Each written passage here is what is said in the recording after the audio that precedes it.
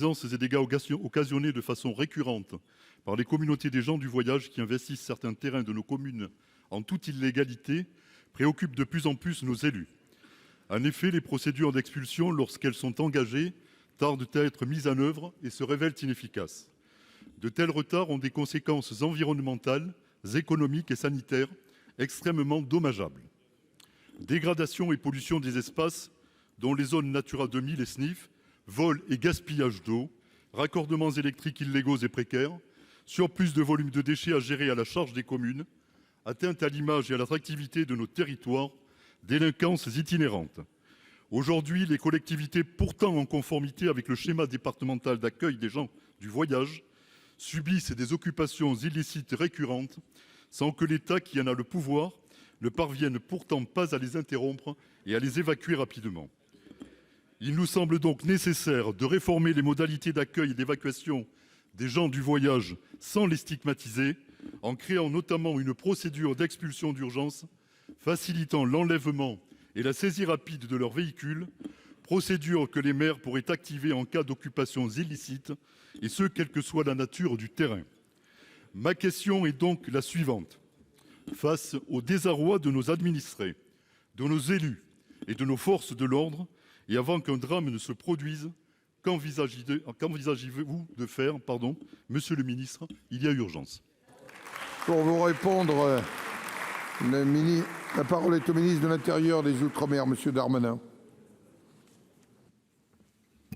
Monsieur le Président, Mesdames et Messieurs les sénateurs, Monsieur le sénateur, vous avez parfaitement raison. C'est une multiplication de faits, singulièrement cet été d'ailleurs, qui remonte de la part des élus de la République et des préfets, et ayant eu à connaître, à créer une aire d'accueil des gens du voyage et à connaître les difficultés que vous évoquez, tant sur les terrains publics que sur les terrains privés, mais c'est parfois la même chose pour les citoyens. Je comprends les difficultés fortes que vous évoquez et les nuisances extrêmement puissantes que vous soulignez.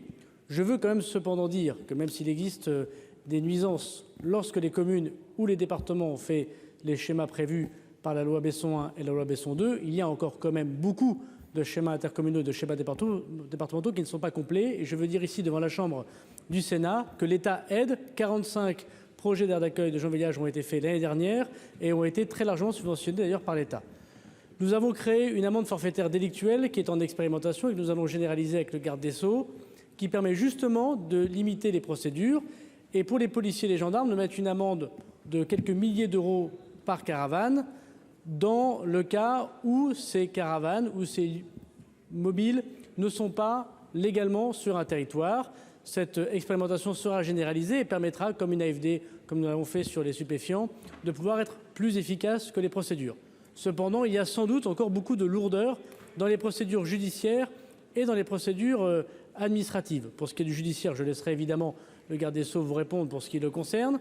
Je suis tout à fait ouvert par les travaux du Sénat dans le cadre des textes de loi que j'aurai à présenter devant votre Haute Assemblée, d'améliorer évidemment le processus qui permet à un préfet, qui est le premier, je crois, avec les élus, à subir ces difficultés pour que nous puissions avoir moins de paperasse, moins de recours, moins de difficultés, entendre et écouter bien sûr les gens du voyage, mais qu'ils respectent les règles de la République et de chacune de nos communes. Monsieur Sol.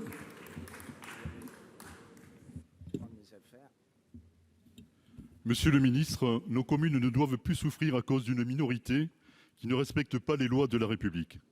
Mais néanmoins, face à ce contexte aussi tendu que je décrivais, et en référence aux propos de Madame la Première ministre Elisabeth Borne, qualifiant le Sénat de chambre d'apaisement et d'équilibre, je vous invite, Monsieur le ministre, à soutenir la proposition de loi de mes collègues Patrick Chaize, Sylviane Noël et Alain Châtillon, votée ici même et visant à consolider les outils juridiques permettant aux maires de mettre fin aux occupations illégales des gens du voyage.